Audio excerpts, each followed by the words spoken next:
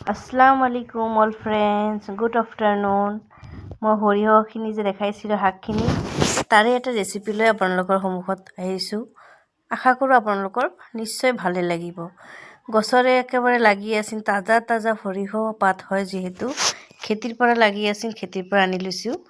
আৰু এফালে হৈছে মোৰ শ'ল মাছখিনি জীয়াই থৈছিলোঁ। এই চাওক, শ'ল মাছখিনি জীয়াই থৈছিলোঁ আৰু তাতে ডাঙৰ যিটো শ'ল মাছ সেইটোকে লৈ ল'ম। লৈ পেলাই এইটোৱে কাটি মেলি ধুই মেলি ধুনীয়াকৈ চাফা কৰি ল'ম। আৰু এইখিনি জিন্দা আছে থাকক, চাওকচোন, দেখিছে ডাঙৰটোৱে লৈছোঁ। চাওক, ডাঙৰটো এইফালে লৈ ল'লোঁ। আনফালে মই কি কৰিলোঁ, শাকখিনি বনাবলৈ মাছেৰে কি কৰিলোঁ, পিঁয়াজখিনি ধুনীয়াকৈ ভাজি ল'লোঁ। তাতে নহৰু অলপ দি দিলোঁ। নহৰুটো দিবই লাগিব মাছৰ, নহ'লে কিবা এটা চেণ্ট ওলায়, সেইটো কাৰণে নহৰু অলপ দি দিলোঁ। তাতে দি দিলোঁ মই অলপ জলকীয়া গুড়ি, দি দিলোঁ অলপ জিৰা গুড়ি, আৰু আনফালে দি দিলোঁ হালধি গুড়ি। এইখিনিতো কম্পালচাৰী যিকোনো আঞ্জাতে লাগেই বাৰু, হয়নে? সেয়ে দি দিলোঁ। আৰু আপোনালোকে পাৰিলে অলপ জালুক দিব পাৰে দেই, মই কিন্তু জালুক দিয়া নাই, জ্বলা অলপ কমাই খাম বাবে জালুকটো দিয়া নাই। আপোনালোকে পাৰিলে দি ল'ব।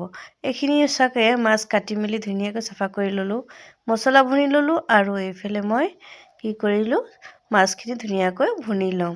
মাছখিনি ভুনা হৈয়ে আছে, চাওক, দেখিছেনে? ভুনি আছোঁ ধুনীয়াকৈ। অলপ মছলা দিছোঁ বাৰু, শাকৰ যিহেতু আঞ্জা বনাম ন, অলপ মছলা নিদিলে ভাল নালাগিব। এইফালে মই কি কৰিলোঁ, মাছখিনি ধুনীয়াকৈ ভুনি ল'লোঁ। আৰু শাকখিনি কুটি ল'লোঁ। কুটি লোৱা শাকখিনিয়ে মই কি কৰিলোঁ, কেৰাহীতে দি দিলোঁ। দি পেলাই মাছতে দি দিম। আৰু দেখিছে শাকখিনি এইফালে দি দিলোঁ। আৰু এইফালে মোৰ শাকখিনি ধুনীয়াকৈ চফ্ট হৈ গৈছে।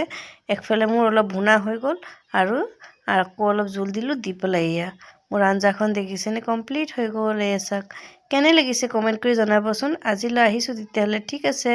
সকলো ভালে থাকক, সুস্থ থাকক, বাই বাই।